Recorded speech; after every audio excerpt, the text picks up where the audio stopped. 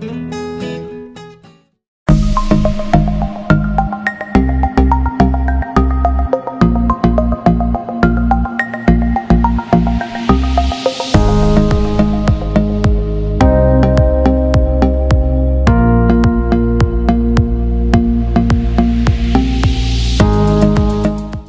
morning, LHS, and welcome back to the Advisory Report. Today is January 8th, and it is National Argyle Day.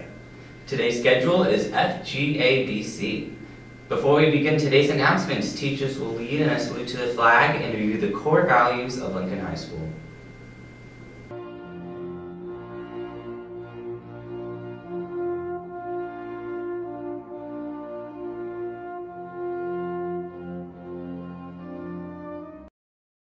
Hey, do you know what the core values of LHS are? I don't know. The core values of Lincoln High School are respect, integrity, safety, engagement, unity, pride. Rise up, everyone, and now for this morning's announcements. Attention juniors, the Prepare RI application for summer internships is live and active now until midnight, February 1st. The application must be completed in its entirety to be considered. For more information on this program, please contact your guidance counselor or the career coordinator, Mr. Callahan. Spring sports signups will conclude today. All those interested should sign up at lunch. There are 2 swim meets this week. Thursday, the boys and girls teams face Wheeler at an away game, and Friday is a home meet at the McCall YMCA against Barrington. Show up and support your swim teams. Boys basketball plays in Bristol at Mount Hope High School today. Good luck, Lions. And don't forget, everybody, there's a half day on Friday because of the exhibition. Good luck to everyone presenting. Have a great day, and always remember to be a good person. It's not that hard. Stay classy, LHS.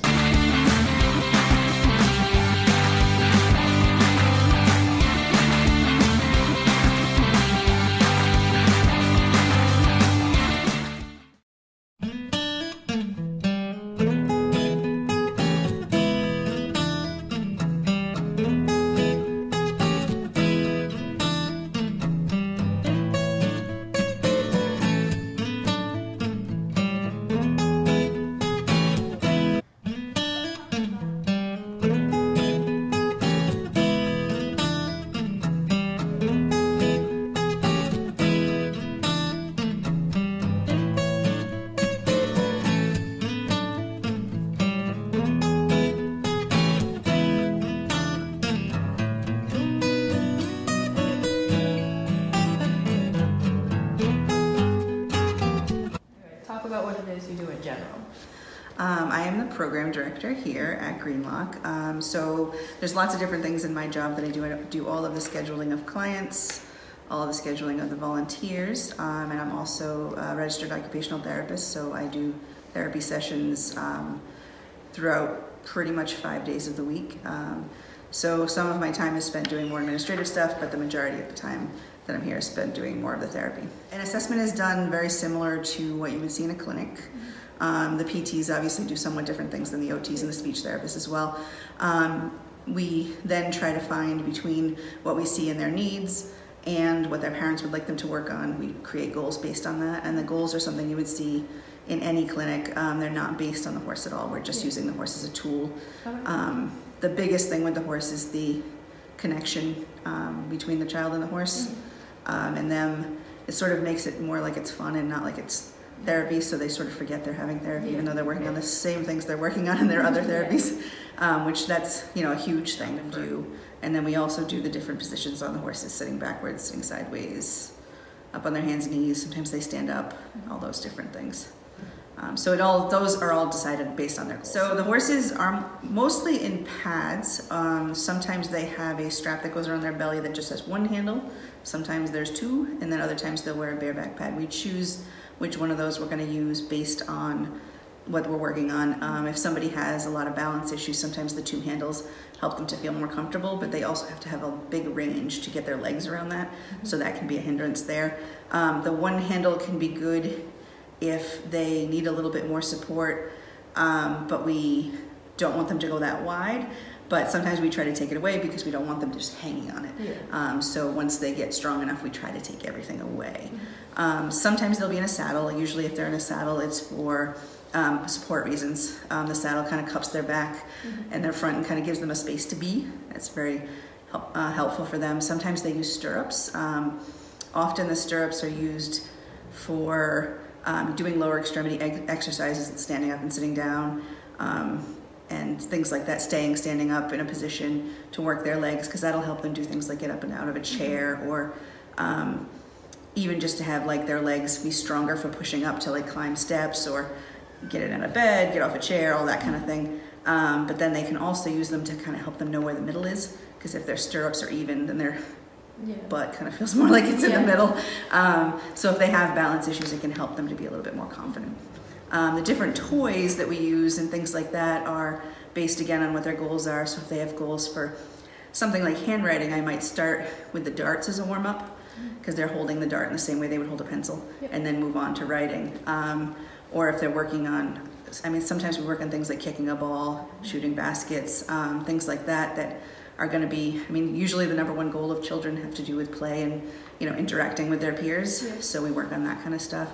We have puzzles. We have the basketball hoop. We have a dart game that is magnetic, so they're not throwing sharp darts. A mailbox, and then different, we have a little fishing game that's magnetic. So all kinds of different things that they can stop and do. And then we also do the different positions on the horses, sitting backwards, sitting sideways, up on their hands and knees. Sometimes they stand up, all those different things. So those are all decided based on their goals. Yeah. So now, where do the horses come from? How are they trained, and why are they trained that way? So there's a lot we look for when we're looking for a horse, and because we do both the hippotherapy and the therapeutic riding, it depends which horse we're sort of replacing in the program, exactly what we're looking for. But the biggest thing we look for is symmetry and movement, so they have to move the same way on both sides. So if we're looking at their hips from behind when they go up and down, you want to see them stay on that same plane, because if their hips aren't even and you put somebody on them who's working on keeping their muscle tone regular, if the horse's muscle tone isn't regular, then it's not going to help them. So that's probably the absolute, that has to happen, no question. They have to be symmetrical. The next thing we look for is size. I am 5'2", and I am an average height therapist for our facility.